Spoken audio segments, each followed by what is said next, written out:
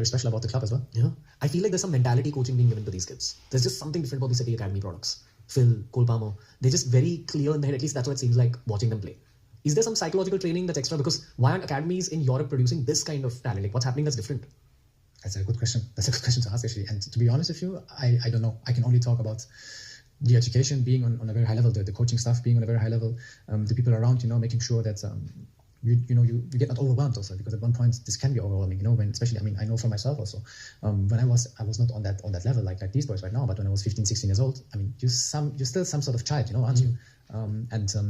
I was going to school, in Gelsenkirchen, and I was playing for Bochum, which is like half an hour driving distance.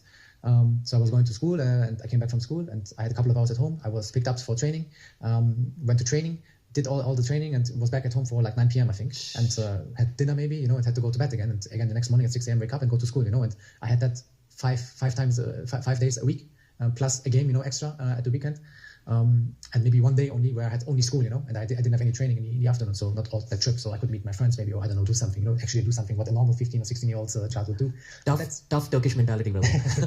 No, it's just it's discipline and sacrifice, which I mentioned also in the beginning, and you have to know that a lot of things that normal maybe teenagers that your friends will do, maybe go to the cinema, or I don't know, maybe hang out and just go out, meet up, and do things, go to the cafe or bar or whatever, or when you get older and when they go to the clubs or whatever. But you aren't, you can't. You stay home. You prepare yourself for training sessions, for games.